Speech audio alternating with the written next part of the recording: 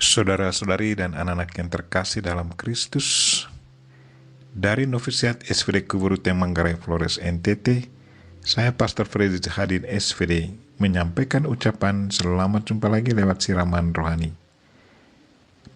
Hari ini Selasa 15 Juni 2021. Injil hari ini diambil dari Matius bab 5 ayat 43 sampai 48. Kita diingatkan untuk selalu mengasihi musuh-musuh kita. Marilah kita berdoa memohon penerangan Roh Kudus. Dalam nama Bapa dan Putra dan Roh Kudus. Amin. Tuhan dan Allah kami, puji dan syukur kami haturkan kepadamu atas segala cinta dan kebaikan-Mu. Terima kasih Tuhan karena Engkau mendorong kami untuk menghayati dan mengamalkan ajaran-Mu, yaitu mengasihi musuh-musuh dan mendoakan mereka yang menganiaya kami.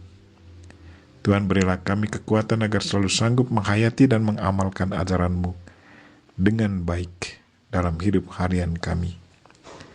Tuhan, utuslah Roh Kudus-Mu, terangilah pikiran dan hati kami, agar sabda-Mu yang akan kami dengar dapat kami pahami dengan baik, dan isi pesan-Mu dapat kami hayati dan amalkan dalam hidup harian kami. Doa ini kami sampaikan dan perantaran Kristus Tuhan kami. Amin.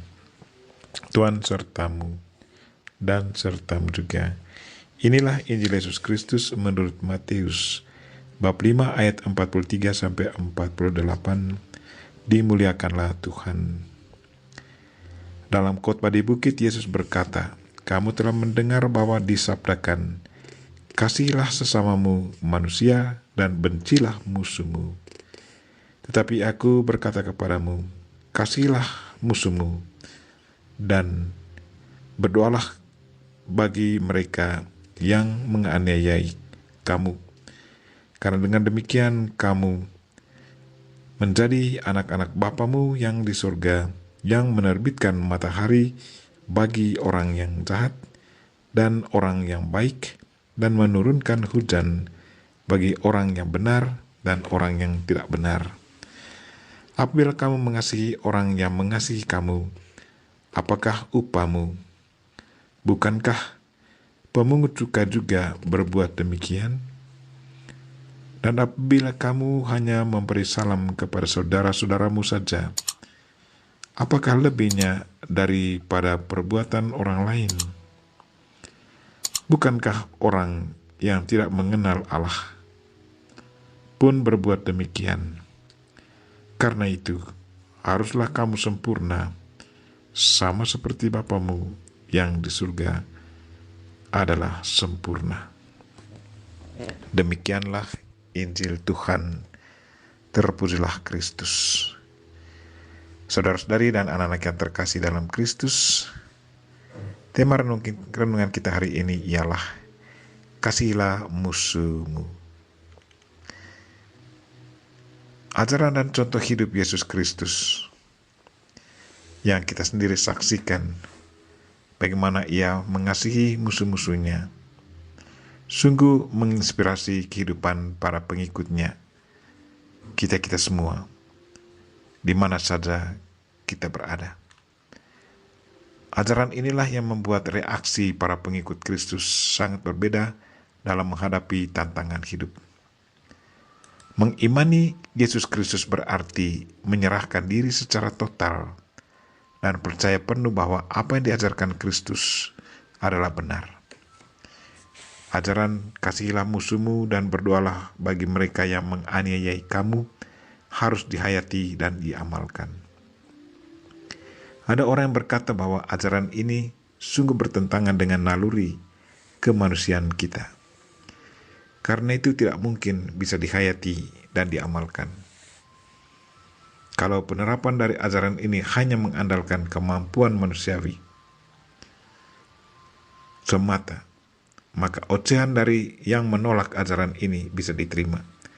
Tetapi kalau ajaran ini diterima dengan penuh iman dan melibatkan Yesus Kristus yang mengajarkan ajaran ini, maka semuanya akan selalu mungkin terjadi. Saudara-saudari dan anak-anak yang terkasih dalam Kristus, dikala kita sedih dan menderita karena kebengisan orang lain, pandanglah salib Kristus. Kekuatan sinar salib Kristus yang terpancar masuk ke dalam diri kita akan merubah hati dan perasaan kita. Dari rasa jengkel dan keinginan untuk membalas dendam akan berubah menjadi tenang, damai, dan mampu mengampuni. Yesus Kristus yang menderita, itulah yang memberi kekuatan dan rasa damai kepada kita. Doa yang kita panjatkan kepada Kristus yang disalib akan diteruskannya kepada Bapa. Jawaban dari Bapa adalah kekuatan dan kemampuan untuk memikul penderitaan dan dengan tulus mengampuni orang yang menganiaya kita.